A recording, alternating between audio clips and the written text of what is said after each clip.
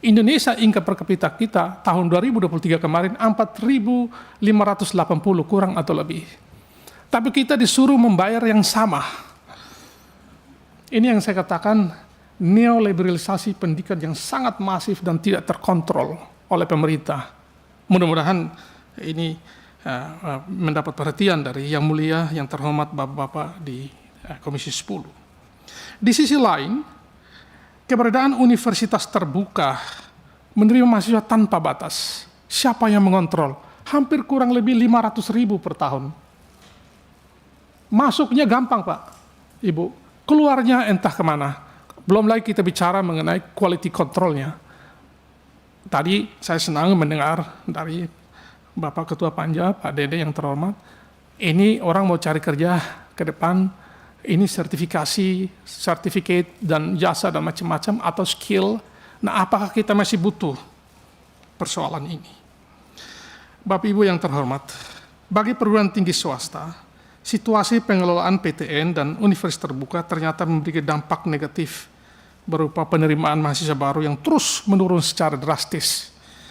Jika situasi ini terus berlanjut, dikhawatirkan banyak PTS akan bangkrut. Dan sekarang itu yang terjadi, beberapa sudah merger, bahkan ada yang tutup. Padahal, sebagaimana kita ketahui sejauh ini, perguruan tinggi swasta berperan aktif dalam meningkatkan angka partisipasi kasar aktif kita di perguruan tinggi. Saya ambil contoh tahun 2022, APK PT itu 39,37%. Dari jumlah 39,37% tersebut, PTN menyumbang 25%, PTS menyumbang 75%-nya. Jadi persoalan besar bagi Republik ini saat ini adalah kita ingin meningkatkan APK. Oke, kita setuju, tapi siapa? Kalau negeri totalnya itu 150 PTN sekolah tinggi, termasuk kedinasan, swasta 4.500-an lebih. Dan 75% untuk APK dipegang oleh swasta. Kami berpendapat, berdasarkan data ini, idealnya PTN itu lebih fokus kepada bukan APK-nya, fokus kepada kualitasnya, dan riset-riset yang berorientasi pada penelitian-penelitian dasar atau fundamental, baik untuk menghasilkan paten, bila perlu untuk Nobel. PTN seharusnya ke sana, bukan untuk mengejar angka partisipasi aktif kita, APK kita. Jadi saat ini PTN, PTS, sekolah-sekolah SD, SMP, SMUK swasta negeri memiliki kemampuan kebutuhan yang berbeda-beda dalam hal pembiayaan. Dari sisi stakeholder di Persekutuan Gereja Indonesia, komponen biaya pendidikan mencakup antara lain gaji, restitusi kesehatan, administrasi umum, representasi, kerumah tanggaan, bahan kuliah, SKS, uang sumbangan pembangunan, kemahasiswaan, pemeliharaan, perbaikan, asuransi, dan non-akademik lainnya seperti personalia, iklan, promosi, asrama, dan seterusnya. Di luar biaya-biaya di atas, sekolah-sekolah swasta dan PTS juga harus menanggung juga biaya lain yang tidak ditemukan di perguruan tinggi negeri atau sekolah-sekolah negeri seperti PBB, perpanjangan HGB, AMDAL, dan lain sebagainya.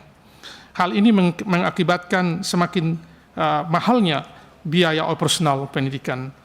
Nah, idealnya jika dimungkinkan, kami sangat berharap Komisi 10 bisa memfasilitasi agar isu-isu ini bisa diselesaikan.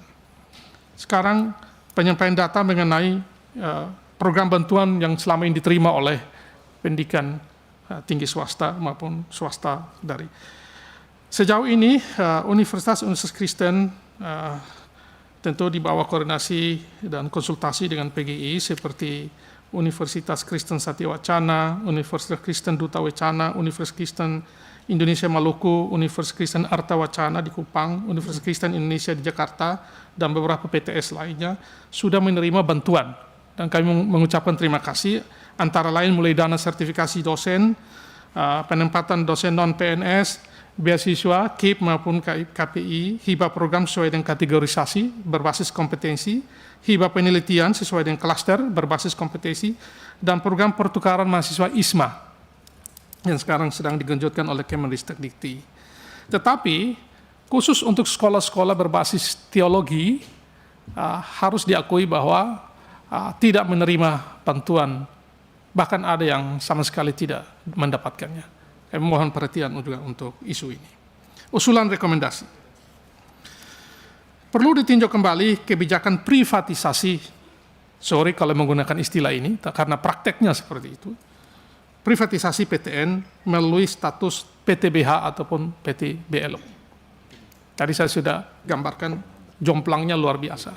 Kita itu lebih liberal dari Amerika, lebih liberal dari Australia dan Inggris dan Uni Eropa dalam konteks pembiayaan. Ini luar biasa. Sementara income per kapita kita tadi saya sudah menyinggung.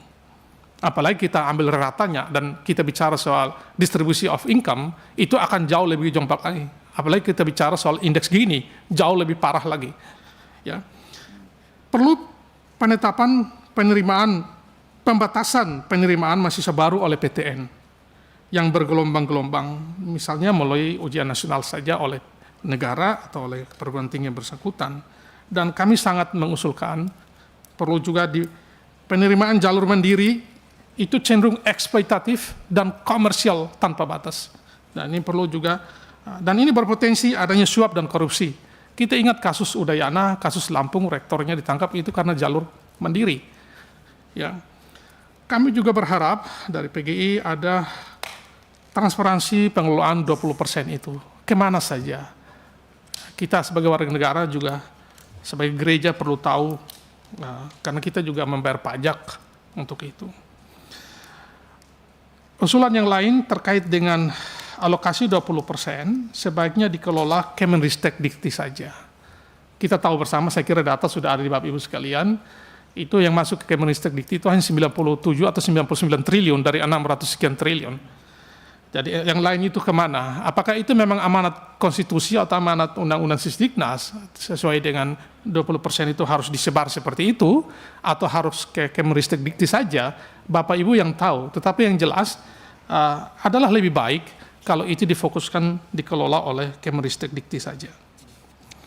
Bapak Ibu sekalian yang kami hormati, usulan konkret yang lain terkait dengan sudah tertulis, tetapi saya ingin langsung saja ke skema pembiayaan berbasis kinerja. Ini usulan yang lain, mengalokasikan sebagian dana pembiayaan berdasarkan capaian indikator kinerja perguruan tinggi swasta, misalnya kualitas lulusannya, publikasi ilmiah dan inovasi, tingkat keterserapan lulusan di lembaga pengguna lulusan ini menyangkut employability.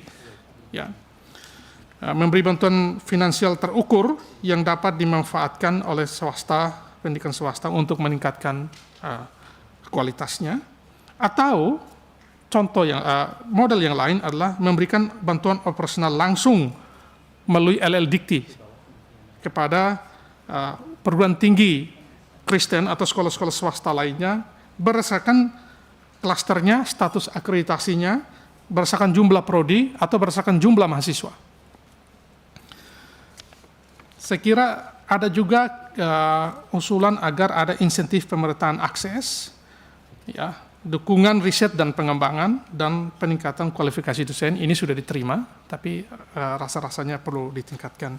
Untuk selanjutnya, usulan rekomendasi kebijakan dan regulasi pembiayaan PAUD, pendidikan dasar dan pendidikan menengah untuk swasta saya serahkan kepada Pak Johan.